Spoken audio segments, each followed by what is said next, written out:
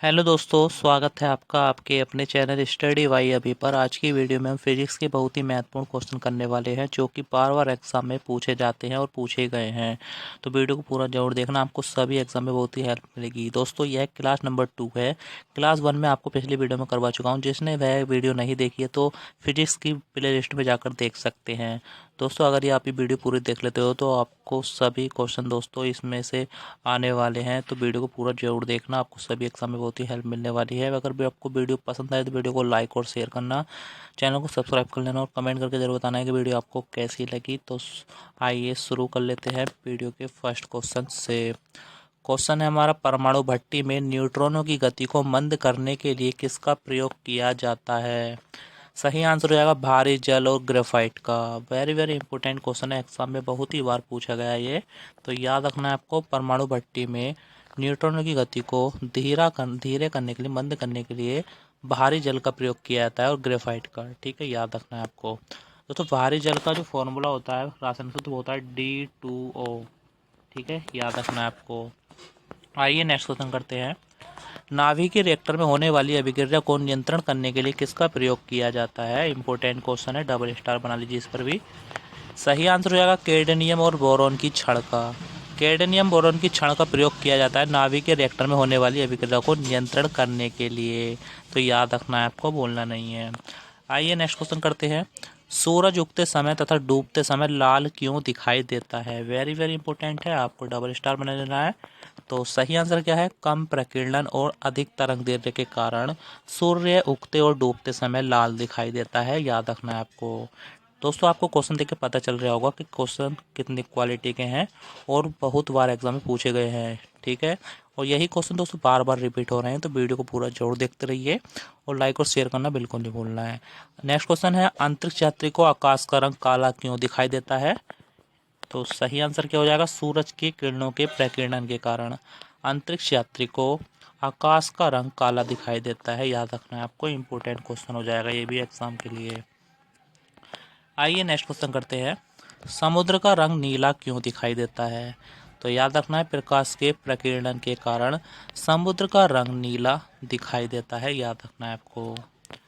Next question की तरफ बढ़ते हैं। क्वेश्चन है, हीरा क्यों चमकदार दिखाई देता है? वेरी वेरी इंपॉर्टेंट है, डबल स्टार बना देना है। सही आंसर होगा प्रकाश के पूर्ण आंतरिक परावर्तन के कारण हीरा चमकदार दिखाई देता है। याद रखना है दोस्तों। पूर्ण आंतरिक परावर्तन के ना एक एग्जाम्पल और बहुत फेमस है, वो याद रखना है, रेगिस्तान की मरीचिका। रेगिस्तान की मरीचिका जो होती है, परछाई जो होती है, तो वो भी पूर्ण आंतरिक परावर्तन का एग्जाम्पल है। आइए नेक्स्ट क्वेश्चन करते हैं। प्रत्यावर्ती धारा को कम या अधिक किसकी मदद से किया जाता है? तो याद रखना है, ट्रांसफार्मर। दोस्तों, ट्रांसफार्मर ऐसी यंत्र है दोस्तों जिससे प्रत्यावर्ती धारा को कम या अधिक किया जा सकता है। आइए नेक्स्ट क्वेश्चन की तरफ बढ़ते हैं। प्रकाश वर्ष किसका मात्रक है? इंपॉर्टेंट क्वेश्चन हो जाएगा, डबल स्टार बना लीजिए, एग्जाम में बहुत ही बार पूछे जाने वाला क्वेश्चन है ये भी। तो याद रखना, प्रकाश वर्ष जो है ना, ये दूरी का मात्रक है। ठीक है, दूरी का मात्रक है। और दोस्तों, एग्जाम में बहुत बार पूछा जाता है कि एक प्रकाश वर्ष कितने मीटर के बराबर होता है?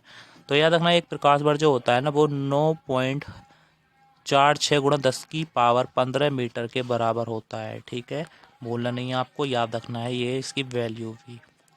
दोस्तों, वीडियो को लाइक और शेयर कर लें, चैनल को सब्सक्राइब कर लें। अगर आपको वीडियो पसंद आ रही है तो कमेंट करके ज़रूर बताएं कि वीडियो आपको कैसी लग रही है। बहुत ही महत्वपूर्ण वीडियो दोस्तों, चाहे आप किसी भी एग्ज़ाम की तैयारी कर रहे हो। ज़्यादा दोस्तों, यह वीडियो ना रेलवे के सभी एग्ज़ाम के लिए बहुत ही महत्वपूर्ण है, चाहे ग्रुप डी का एग्ज़ाम हो, चाहे एनटीपीसी का हो, जेई का हो, किसी का भी हो दोस्तों, बहुत ही महत्वपूर्ण वीडियो है ये। आइए नेक्स्ट क्वेश्चन करते हैं। पारसेक किसका मात्रक है? इंपॉर्टेंट क्वेश्चन हो जाएगा, डबल स्टार बना लीजिए दोस्तों, बहुत ही बार एग्जाम पूछे जाते हैं ये भी।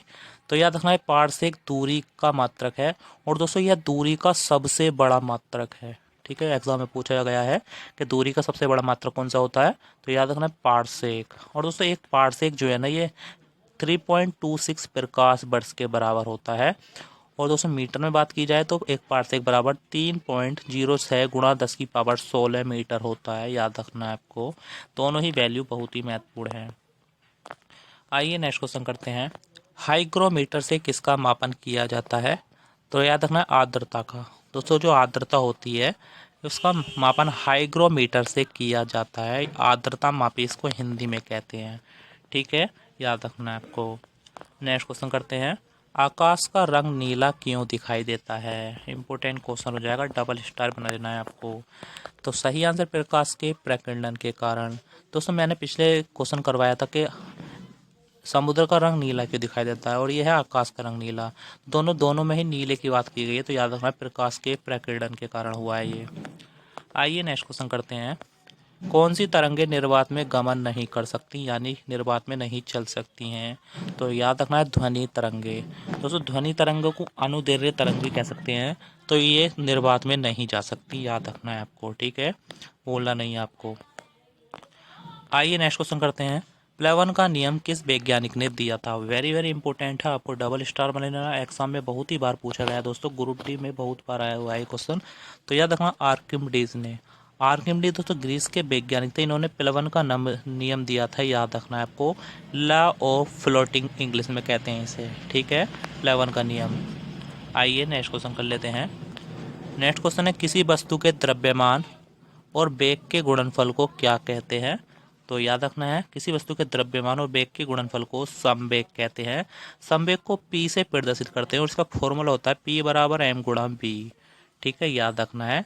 और इसका मात्रक क्या हो जाएगा दोस्तों? किलोग्राम मीटर प्रति सेकंड, क्योंकि द्रव्यमान का किलोग्राम हो गया और वेग का हो गया मीटर प्रति सेकंड, ठीक है, याद रखना है आपको। आइए नेक्स्ट क्वेश्चन कर लेते हैं, बल की परिभाषा न्यूटन के गति के कौन से नियम से आती है? इंपॉर्टेंट क्वेश्चन हो जाएगा, डबल स्टार बना देना आपको, बहुत बार एग्जाम में पूछा गया है ये क्वेश्चन। तो याद रखना है पहला नियम। दोस्तों सबसे पहले मैं आपको बता दूं, न्यूटन ने गति के 3 नियम दिए थे। पहले नियम को जड़त्व का नियम भी कहते हैं, जिससे बल की परिभाषा आती है। दूसरे नियम को दोस्तों संवेग का नियम कहते हैं, इससे दोस्तों बल का सूत्र प्राप्त होता है। और तीसरे नियम को क्रिया प्रतिक्रिया का नियम भी कहते हैं, ठीक है, तीनों ही नियम बहुत ही महत्वपूर्ण है, याद रखने आपको। आइए नेक्स्ट क्वेश्चन कर लेते हैं, न्यूटन से पहले किसने बताया था कि धरती सभी वस्तुओं को अपनी ओर आकर्षित करती है? इंपॉर्टेंट क्वेश्चन हो जाएगा, तो याद रखना आर्यभट्ट ने बताया था, ठीक है। दोस्तों आपको क्वेश्चन का लेवल देख कर पता चल रहा होगा कि आपको कितने महत्वपूर्ण क्वेश्चन करवा रहा हूँ मैं। और इससे दोस्तों आपको अगर इससे अच्छा कंटेंट और कहीं मिले तो कमेंट करके ज़रूर बताना दोस्तों, बहुत ही महत्वपूर्ण वीडियो है ये। और ये सवाल जो है ना बहुत बार एग्जाम में पूछे जाते हैं, ठीक है, तो याद रखना है। आइए नेक्स्ट क्वेश्चन करते हैं, धरती द्वारा सूरज का चक्कर लगाने में कितना किया गया कार्य कितना होता है? तो याद रखना शून्य है दोस्तों। जैसे ही सन है हमारा और ये हमारी अर्थ चक्कर लगा रही है, तो दोस्तों ये कार्य जो होता है ना ये शून्य होता है, ठीक है, क्योंकि हमारी पृथ्वी जो घूमती है अपनी जगह वापस आ जाती है और एक जगह घूमती रहती है अपनी कक्षा में। नेक्स्ट क्वेश्चन करते हैं, चाबी भरी घड़ी में कौन सी ऊर्जा संचित रहती है? इंपॉर्टेंट है, एग्जाम में पूछा जाता है ये क्वेश्चन भी। तो याद रखना स्थितिज ऊर्जा। चाबी जो भरी घड़ी होती है उसमें स्थितिज ऊर्जा होती है। नेक्स्ट क्वेश्चन करते हैं, न्यूटन ने गति के नियम अपनी कौन सी पुस्तक में दिए थे? इंपॉर्टेंट क्वेश्चन हो जाएगा, बहुत ही बार एग्जाम पूछा गया ये भी। तो याद रखना है प्रिंसिपिया। दोस्तों प्रिंसिपिया बुक पुस्तक है न्यूटन की, जिसमें न्यूटन ने 3 नियम दिए थे गति के। आइए नेक्स्ट क्वेश्चन करते हैं, मनुष्य की आंख कितने मेगापिक्सल की होती है? तो याद रखना है 576 मेगापिक्सल की होती है मनुष्य की आंख। नेक्स्ट क्वेश्चन करते हैं, प्रेरकत्व का मात्रक क्या होता है? तो याद रखना है प्रेरकत्व का मात्रक होता है हेनरी, और इसे दोस्तों एल से प्रदर्शित करते हैं प्रेरकत्व को, याद रखना है आपको। नेक्स्ट क्वेश्चन कर लेते हैं, लोहे का क्यूरी ताप कितना होता है? तो याद रखना है 770 डिग्री सेल्सियस लोहे का क्यूरी ताप होता है। एग्जाम के लिए बहुत ही महत्वपूर्ण क्वेश्चन है, ठीक है, बोलना नहीं है आपको। नेक्स्ट क्वेश्चन करते हैं, वायुमंडल में सबसे अधिक मात्रा में विद्यमान अक्रिय गैस कौन सी है? तो याद रखना है आर्गन। दोस्तों आर्गन जो है ना ये वायुमंडल सबसे ज़्यादा मात्रा में पाई जाती है और यह अक्रिय गैस है। इसको AR से लिखा जाता है, ठीक है, याद रखना है आपको। नेक्स्ट क्वेश्चन है हमारा, सड़क की अपेक्षा बर्फ पर चलना मुश्किल क्यों होता है? तो याद रखना है घर्षण की कमी के कारण। दोस्तों बर्फ पे ना घर्षण नहीं मिल पाता है हमें, इसलिए बर्फ पर चलना मुश्किल होता है सड़क की अपेक्षा, ठीक है, याद रखना है। दोस्तों अगर आपको वीडियो पसंद आ रही है तो वीडियो को लाइक और शेयर कर ले, चैनल को सब्सक्राइब कर ले। बहुत ही महत्वपूर्ण वीडियो है दोस्तों, चाहे किसी भी रेलवे एग्जाम की तैयारी कर रहे हो आप, ठीक है, बहुत ही महत्वपूर्ण क्वेश्चन है इस वीडियो में। नेक्स्ट क्वेश्चन है, वॉशिंग मशीन किसके सिद्धांत पर आधारित है? तो याद रखना अपकेंद्रण के सिद्धांत पर। अब केंद्रण के सिद्धांत पर आधारित है वॉशिंग मशीन। ठीक है, याद रखना है आपको। नेक्स्ट क्वेश्चन कर लेते हैं। किस रंग का प्रकीर्णन सबसे अधिक होता है? तो याद रखना बैंगनी रंग का। बैंगनी रंग का प्रकीर्णन सबसे अधिक होता है और लाल रंग का सबसे कम होता है, याद रखना है। सबसे अधिक बोले तो बैंगनी रंग, सबसे कम बोले तो लाल रंग हो जाएगा। नेक्स्ट क्वेश्चन करते हैं। किस रंग की तरंग दैर्ध्य सबसे अधिक होती है? तो याद रखना है लाल रंग की। दोस्तों तरंग दैर्ध्य की बात करी जाए तो लाल रंग की सबसे अधिक होती है और बैंगनी रंग की सबसे कम होती है। नेक्स्ट क्वेश्चन करते हैं। लेंस की क्षमता का मात्रक क्या होता है? तो याद रखना है डायोप्टर लेंस की क्षमता का मात्रक होता है। इसे पी से प्रदर्शित करते हैं दोस्तों। नेक्स्ट क्वेश्चन है। रात में तारे क्यों टिमटिमाते हैं?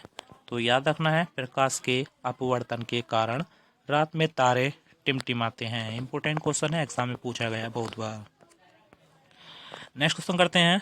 चंद्रमा पर गुरुत्व त्वरण का मान पृथ्वी पर इसके मान का कितना होता है? तो याद रखना है 1/6 होता है। चंद्रमा पर जो गुरुत्व त्वरण होता है दोस्तों पृथ्वी के मान का 1/6 होता है। अगर आपका वजन दोस्तों 60 किलो है पृथ्वी पर, तो चंद्रमा पर जाने पर इसका 1/6 हो जाएगा दोस्तों पृथ्वी का। तो चंद्रमा पर कितना वजन होगा आपको? 6 दाई 60, 10 किलो हो जाएगा चंद्रमा पर जाने का। ठीक है, याद रखना है। नेक्स्ट क्वेश्चन करते हैं। एक्स किरणों की खोज किसने की थी? वेरी वेरी इंपॉर्टेंट है, आपको डबल स्टार बना लेना है, बहुत बार पूछा गया है। तो याद रखना है रोंजन नामक वैज्ञानिक ने एक्स किरणों की खोज की थी। इनकी जो तरंग दैर्ध्य होती है ना दोस्तों, वो होती है 1 एंगस्ट्रॉम से लेकर 100 एंगस्ट्रॉम तक इनकी तरंग दैर्ध्य होती है, याद रखना है आपको। ठीक है, आइए नेक्स्ट क्वेश्चन करते हैं। क्वेश्चन है। पराबैंगनी किरणों की खोज किसने की थी, जिनको हम अल्ट्रावायलेट रेज भी कहते हैं? तो याद रखना है रिचर। दोस्तों पराबैंगनी किरणों की खोज की थी रिचर नामक वैज्ञानिक ने, याद रखना है, एग्जाम में पूछा जाता है ये भी बहुत बार। तो आइए दोस्तों आज के क्वेश्चन हमारे समाप्त हुए। अगर आपको वीडियो पसंद आई है तो वीडियो को लाइक और शेयर कर लें, चैनल को सब्सक्राइब कर लें और कमेंट करके जरूर बताएं कि वीडियो आपको कैसी लगी।